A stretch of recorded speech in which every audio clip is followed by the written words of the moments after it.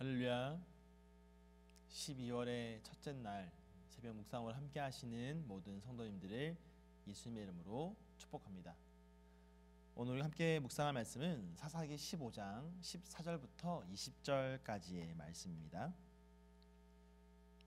삼손이 레히의 이름에 블레셋 사람들이 그에게로 마주 나가며 소리 지를 때 여호와의 영이 삼손에게 갑자기 임하시매 그의 팔 위에 밧줄이 불탄 삼과 같이 그의 결박되었던 손에서 떨어진지라.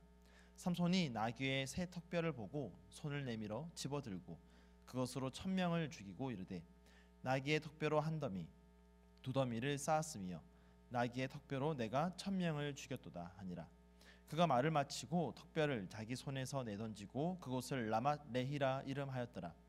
삼손이 심히 목이 말라 여호와께 부르짖어 이르되 주께서 종의 손을 통하여 이 큰 구원을 베푸셨사오나 내가 이제 목말라 죽어서 할례받지 못한 자들의 손에 떨어지겠나이다 하니 하나님이 레이에서 한 우묵한 곳을 터뜨리시니 거기서 물이 솟아나오는지라. 삼손이 그것을 마시고 정신이 회복되어 소생하니 그러므로 그 샘 이름을 에낙고레라 불렀으며 그 샘이 오늘까지 레히에 있더라. 블레셋 사람의 때에 삼손이 이스라엘의 사사로 20년 동안 지냈더라. 아멘. 말씀을 위해서 함께 기도하겠습니다. 사랑의 주님, 참으로 감사합니다. 오늘도 우리와 함께 하시는 그 주님의 은혜로 우리가 주님 앞에 서 있습니다. 이제 한 해가 저물어 가며 마지막 달 첫날을 시작합니다.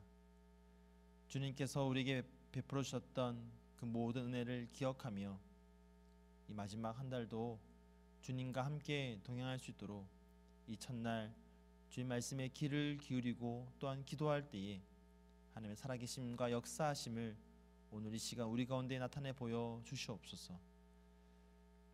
감사드리며 예수님의 이름으로 기도하옵나이다. 아멘.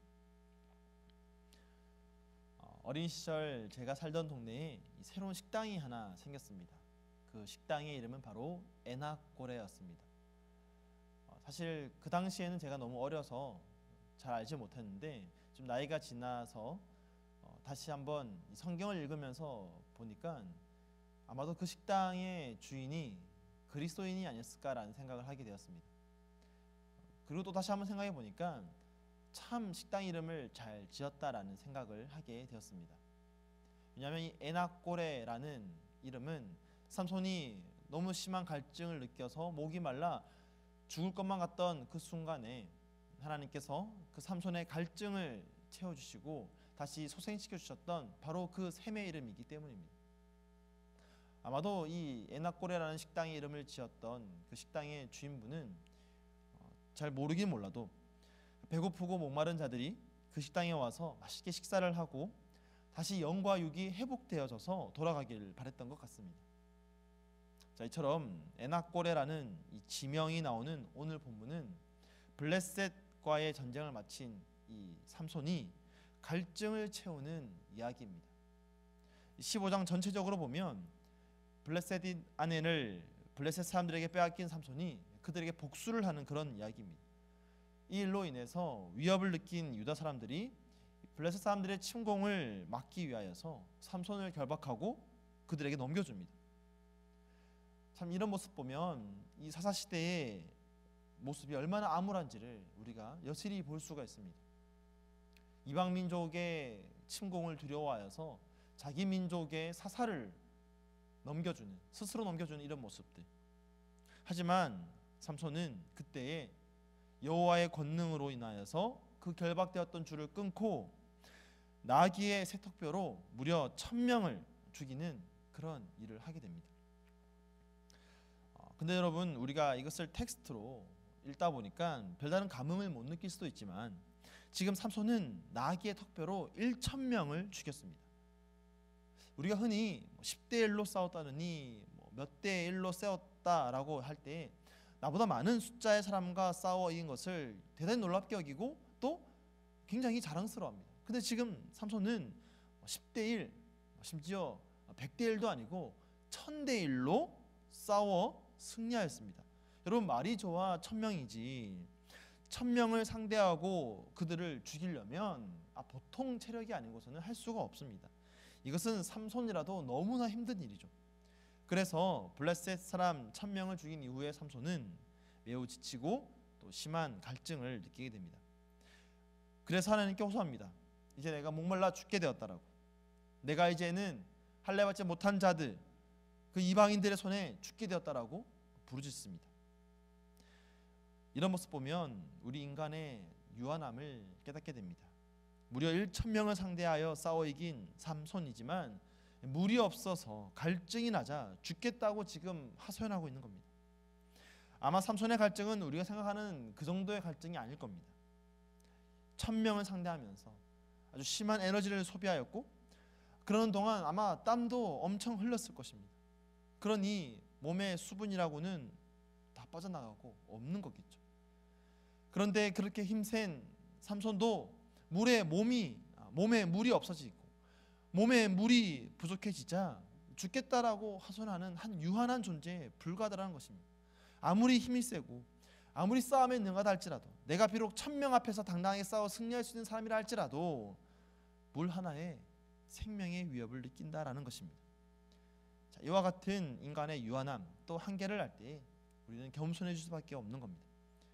우리가 아무리 많은 능력을 가지고 있고 재능을 가지고 있고 실력을 가지고 있다 할지라도 아주 작은 것 하나에 우리는 무너지기 쉬운 존재입니다.